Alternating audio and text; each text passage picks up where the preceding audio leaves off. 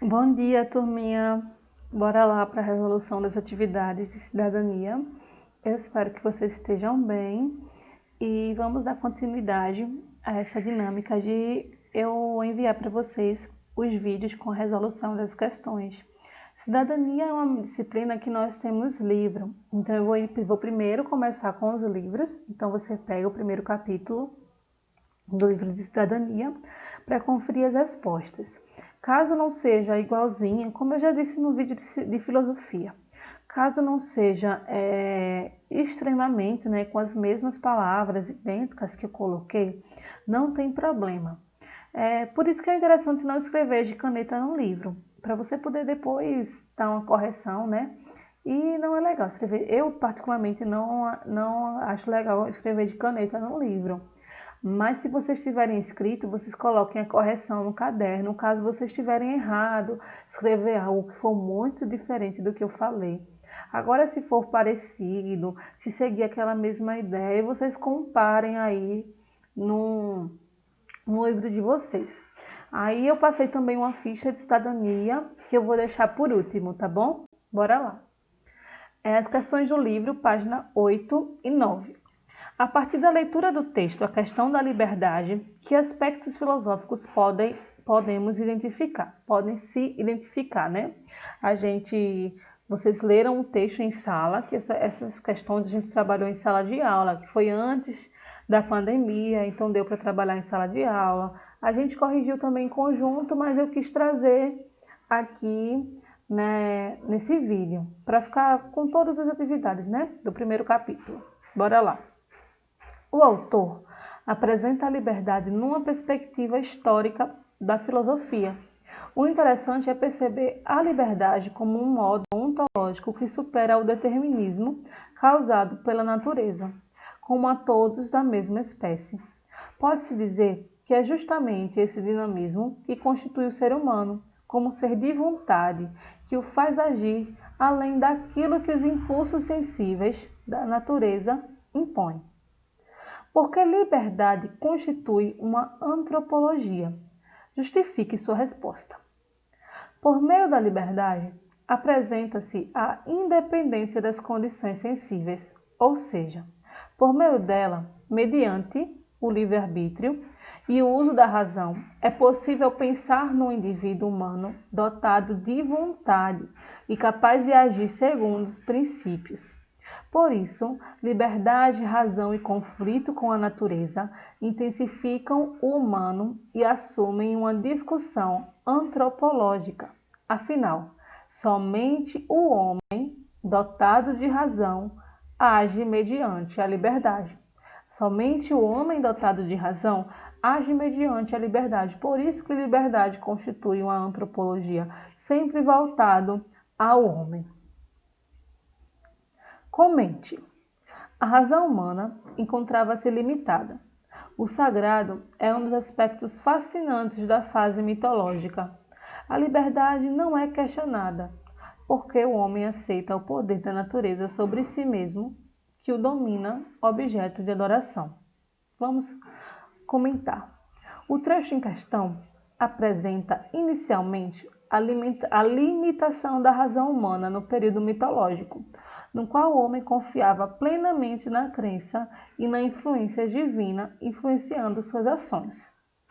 Isso aí a gente já falou, né? A questão da mitologia e como o homem entregava a sua liberdade aos deuses mitológicos. Por isso não se questionava a liberdade. É justamente quando se perde essa crença, aqui ó, que se gera o conflito dos homens com os deuses e a filosofia por meio do uso crítico da razão, faz nascer outra justificativa para os fenômenos naturais e mesmo para as questões ligadas à vida humana. Considerando a perspectiva histórica da liberdade neste capítulo, apresente as características de cada uma das épocas mencionadas abaixo.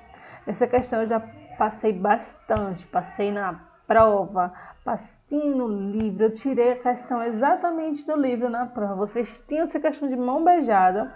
E vamos ver, eu ainda não corrigi a questão da prova, né? Porque eu estava passando essa semana todas as provas que estavam no Gmail, que estavam no WhatsApp, estava tudo bagunçado, estava passando tudo para uma pasta só no Drive, para poder passar esse final de semana corrigindo sossegado. Então, vamos lá. Antiguidade.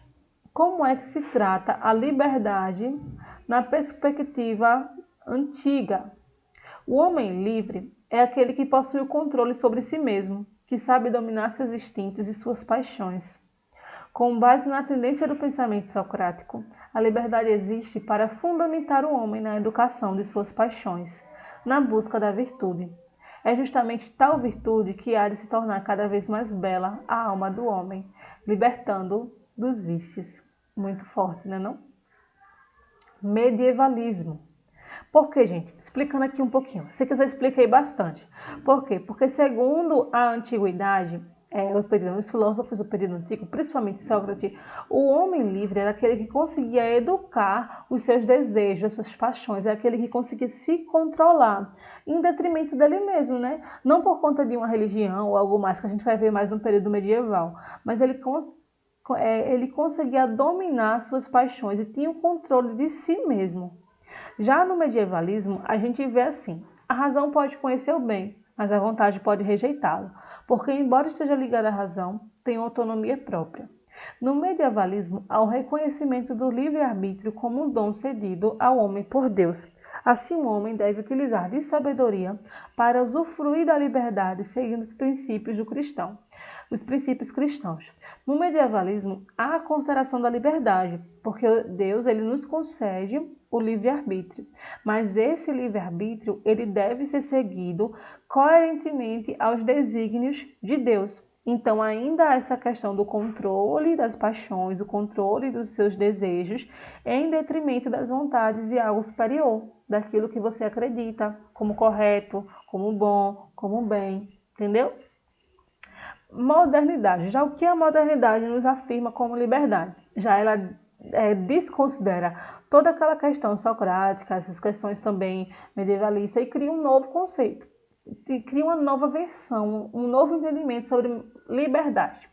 A liberdade nasce do logos, da razão, que questiona o mundo já totalmente descoberto.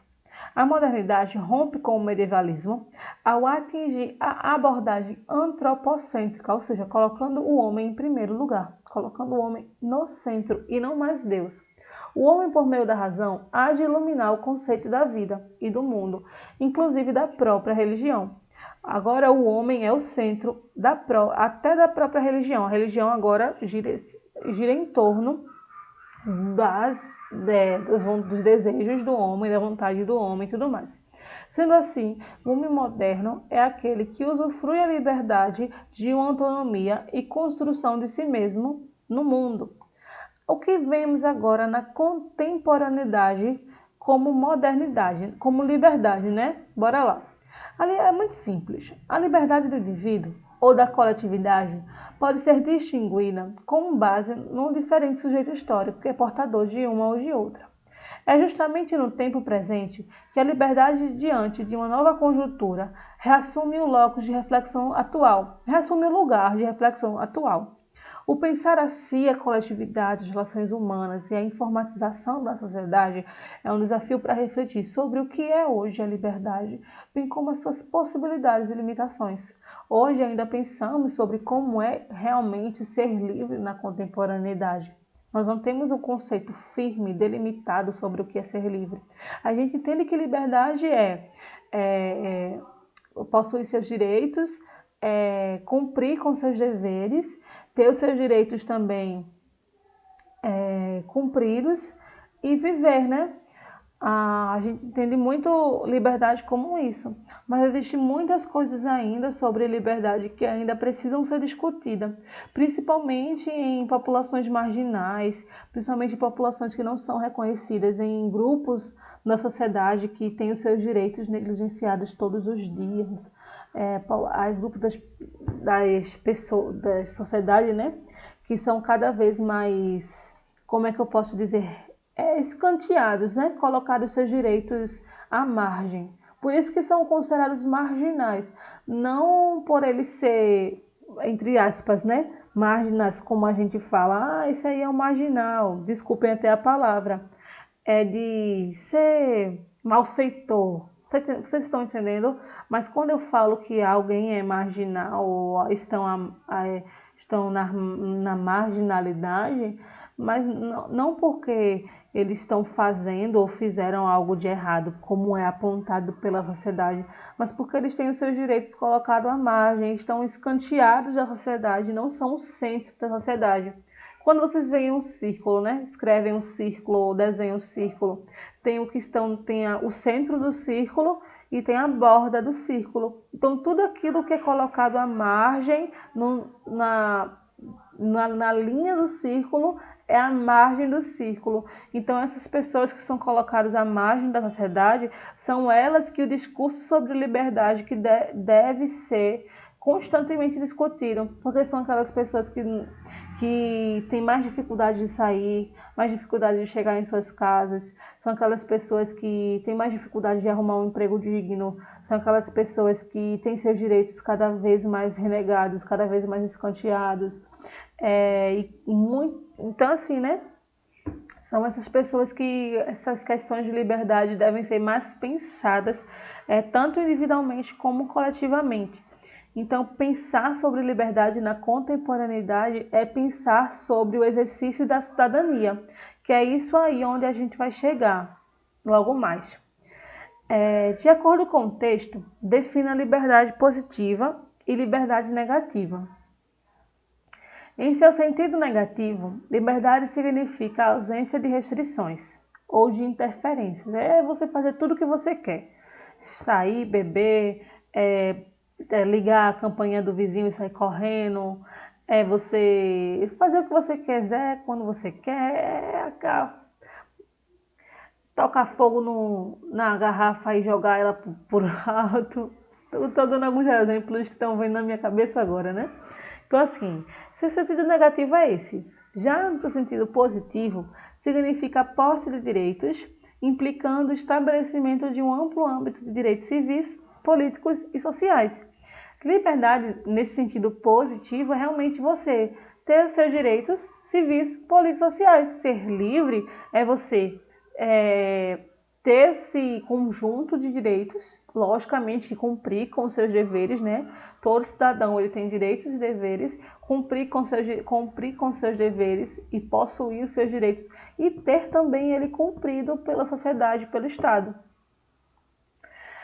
O que isso significa dizer o homem é o futuro do homem? De acordo com a tendência existencialista, o homem é o principal responsável por si e, consequentemente, pelos demais. Sendo assim, o futuro está sendo construído de acordo com o momento presente, em sua conjuntura social histórica. Ou seja, cabe à humanidade a construção de si e do mundo a todo instante. Veja só. Agora a gente vai para a ficha, né, sobre liberdade e cidadania, que a gente vai comentar mais sobre aquela relação entre liberdade e cidadania, que a gente já comentou nas aulas, né, não, meninos e meninas? Comente sobre a relação da liberdade e com a cidadania. A liberdade sempre será associada à cidadania, sempre. Não há como separar cidadania e liberdade, direitos de liberdade, deveres de liberdade. Não há como. Pois a cidadania é o exercício dos direitos e deveres, direitos civis, políticos, sociais, estabelecidos na Constituição. E uma boa cidadania implica que os direitos e deveres estão interligados e o respeito e o cumprimento de ambos contribui para uma sociedade mais equilibrada. Tudo isso que eu já falei naquela questão lá quando eu estava comentando sobre a contemporaneidade, não foi, gente? O que é cidadania? Você já percebia sua existência antes dessa aula? Como? Muita gente marcou que não percebia a existência da cidadania. Eu fiquei imaginando como essa pessoa ela vive, essa pessoa estuda, vai para a escola, eu sei que realmente ensinar a cidadania não é ensinar a ser cidadão, mas eu fiquei assim, né? Não estou julgando nenhum dos meus alunos, mas eu fiquei, só o fato da pessoa estudar, a pessoa está sendo cidadão porque ela está exercendo um dever, exercendo cumprindo, exercendo um direito de estudar. Enfim, né? Foi só uma ideia, mas bora lá, para explicar para vocês. Essa foi uma resposta minha, pessoal, para poder que vocês entendam como eu percebo a existência da cidadania antes dessa aula. Exercer cidadania é ter consciência dos meus direitos e obrigações e lutar para que sejam colocados em prática. Então, eu percebo a existência da cidadania na vida em sociedade, viver em família, viver em comunidade, respeitar o lugar de fala de cada um, dar aula, respeitar o lugar de fala de vocês, já é um pleno perceber da existência da cidadania. Você não precisa ser político para para perceber a existência da cidadania. Votar não é o único exercício da cidadania. Eu sei que é o mais importante. Você votar é um dos mais importantes exercícios da cidadania. Mas eu percebo nos meus cumprimentos dos meus deveres, na exigência dos meus direitos. Eu sou universitária, estudo em universidade pública. Então, só de estar em universidade pública, eu percebo a existência da cidadania por conta dessa política pública que hoje me alcança. Então, vocês hoje ainda não percebem, e eu peço muito para que esta aula ajude vocês a perceberem como a cidadania está rodeando vocês neste momento de suas vidas, mesmo na pré-adolescência. Eu acredito que vocês já devem ser quase adolescentes. Vocês já são adolescentes, né, minha gente? Então, tudo no ano já, desse tamanho, já maior que eu. Tem um menino aí que eu olho para aqui, eu tenho que olhar com a cabeça em pé. Então, assim, né? Então, que vocês percebam a existência da cidadania no meio de vocês. Alguns de vocês colocaram que em ajudar a mãe a arrumar a casa, fazer as atividades de casa. E eu gostei muito, porque são nessas pequenas coisas que vocês percebem como é importante começar em casa para fazer na escola, fazer fora. Lembra quando eu falo, quando a sala de vocês está muito bagunçada, as cadeiras estão todas desleixadas, tem lixo até umas horas que eu peço para vocês apanharem tudo do chão e botar no lixo? Às vezes ficam, não fui eu, foi ele, foi não sei o quê, foi Maria Clara, foi não sei quem, foi falando e tal. Vocês não lembram? Então, e eu falo, vocês fazem isso na casa de vocês? Aí vocês dizem, eu faço, eu não faço. Então, porque costume de casa vem a praça. Então, toda essa questão de vocês me disserem que ajudo minha mãe a arrumar a casa, ajudo as atividades de casa, arrumar meu quarto. Eu gostei muito porque são nessas pequenas coisas que a gente percebe a perceber a cidadania. Maria Clara, não disse que é você a bagunçar a sala não, viu? Foi o primeiro nome que eu lembrei. Mas pode ser, deixa eu ver, pode ser Jonathan, pode ser João Vitor, pode ser Yuri, pode ser Alisson. Eu tô lembrando aí de alguns nomes, gente. Eu não esqueço de vocês não, viu? Não esqueço não. Pode ser Cauê. Não lembro não, viu? Eu gosto muito de vocês, estou com muita saudade de vocês. Vinícius, se eu vou ficar aqui a aula todinha só dizendo o nome de vocês. Então, é isso, viu? Qual a importância da cidadania? Eu creio que já essas reflexões já deu para perceber qual a importância da cidadania. A cidadania é importante em primeiro lugar no âmbito individual, na minha individualidade, pois conhecendo os meus direitos, o cidadão não se deixa subjugar e reage às injustiças sobre ele e sobre as pessoas ao seu redor. Por isso que vão as movimentações, existe também aquelas questões de se movimentar nas redes sociais. Agora mesmo, algumas injustiças estão sendo colocadas em pautas, que eu não quero nem até colocar aqui no vídeo, mas algumas injustiças foram colocadas em pautas agora essa semana, e muitas pessoas se manifestam nas redes sociais, muitas pessoas vão às ruas, muitas pessoas se importam com a causa. Então, e depois a ideia da cidadania vai do individual para o coletivo, pois o indivíduo entende que seus atos têm impacto na coletividade para o bem e para o mal. Você exerce seus direitos e cumpre com os seus deveres? Quais? coloque aqui abaixo. Sim, eu exerço os meus direitos e cumpro com os meus deveres,